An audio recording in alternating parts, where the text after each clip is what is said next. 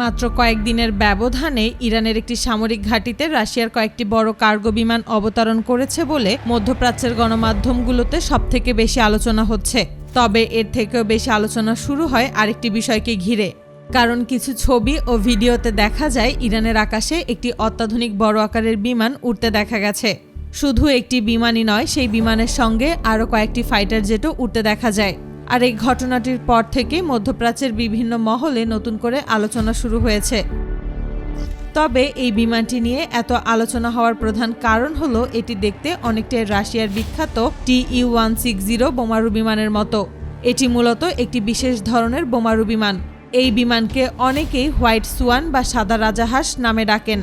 এই নাম দেওয়ার কারণ হলো এর সাদা রং, বড় আকার এবং আকাশে ওড়ার সময় এর বিশেষ আকৃতির কারণে এটাকে অনেকটা রাজাহাঁসের মতো দেখায়।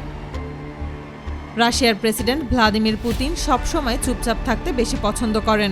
তিনি সাধারণত বড় সিদ্ধান্ত নেওয়ার আগে খুব বেশি প্রকাশ্যে আলোচনা করেন না। তাই রাশিয়া কখন কি পরিকল্পনা করছে সেটি অনেক ক্ষেত্রেই আগেভাগে বোঝা কঠিন হয়ে যায়। রাশিয়া এবং ইরানের মধ্যে বহু বছর ধরে ভালো সম্পর্ক রয়েছে। তাই ইরানের আকাশে এমন একটি বিমান টহল দিতে দেখা অস্বাভাবিক কিছু নয়।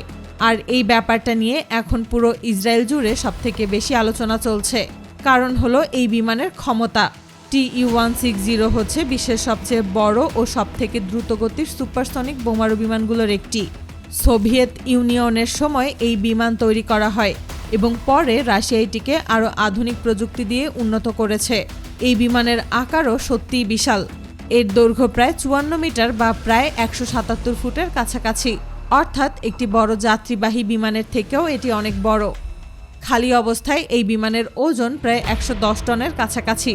আর সম্পূর্ণ জ্বালানি ও অস্ত্রসহ উড়ার সময় এর সর্বোচ্চ ওজন প্রায় 275 টন পর্যন্ত হতে পারে।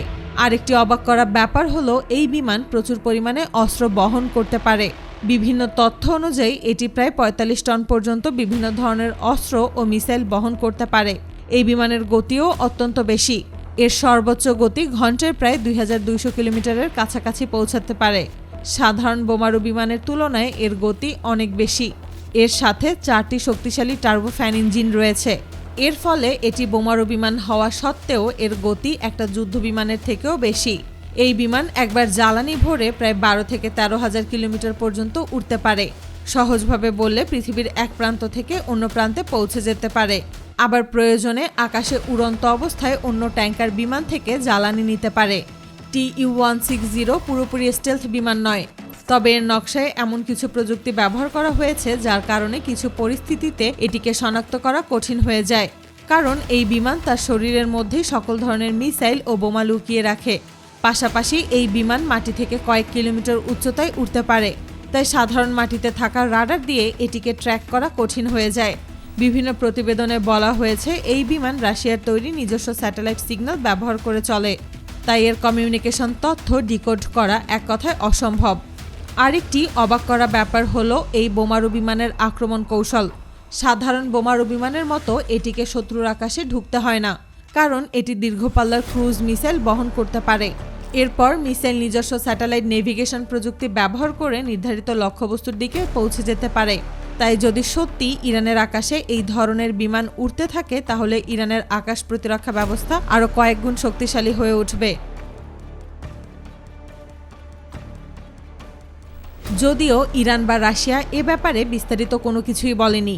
আগামী কয়েক সপ্তাহ বা কয়েক মাসের মধ্যে যদি এ বিষয়ে নতুন কোনো স্যাটেলাইট ছবি, সরকারি তথ্য অথবা আনুষ্ঠানিক ঘোষণা প্রকাশ করা হয় তাহলে হয়তো পুরো বিষয়টি আরও পরিষ্কার হবে।